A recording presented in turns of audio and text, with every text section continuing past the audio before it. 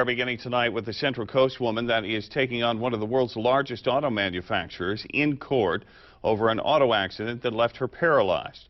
Action News reporter Jacqueline Mazer is in Monterey with our top story.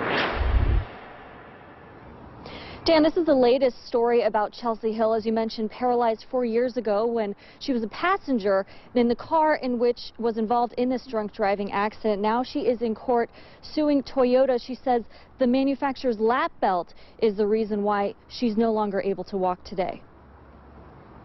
Okay, this is Exhibit 230.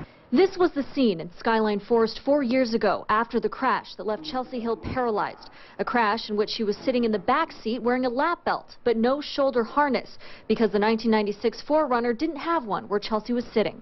In court on Tuesday, Chelsea's former boyfriend Eric Miller, who was also a passenger in the crash, testified that immediately after the accident, Chelsea was in pain and he used a knife to free her from her lap belt. Adam Kincaid was the next to take the stand. He was the first person on scene and the first to call 911. Kincaid told the jury he could smell alcohol in the car and on Aaron Korn. The then 18-year-old who was driving the 4Runner lost control and then crashed head-on into a tree. I think she was under the influence of alcohol, yes.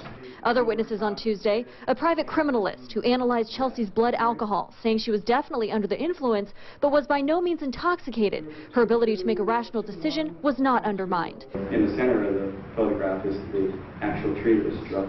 Then a collision specialist testified that tire tracks indicate Korn was braking before the impact took place. Chelsea's attorneys hope this will prove that Chelsea securely fastened her lap belt, but that doing so is what led her to paralyzing injuries. Toyota's attorneys, meantime, issued this statement. It reads in part, "With regard to this case, we believe her injuries resulted from the extreme severity of this unfortunate accident and an improperly adjusted seatbelt, not from design or manufacturing defect in the 1996 Toyota 4Runner."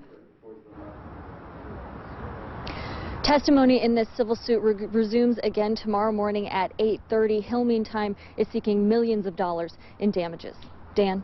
All right, thank you very much. Appreciate it, Jacqueline. Both the plaintiff and the defendant's attorneys declined our request for interviews today.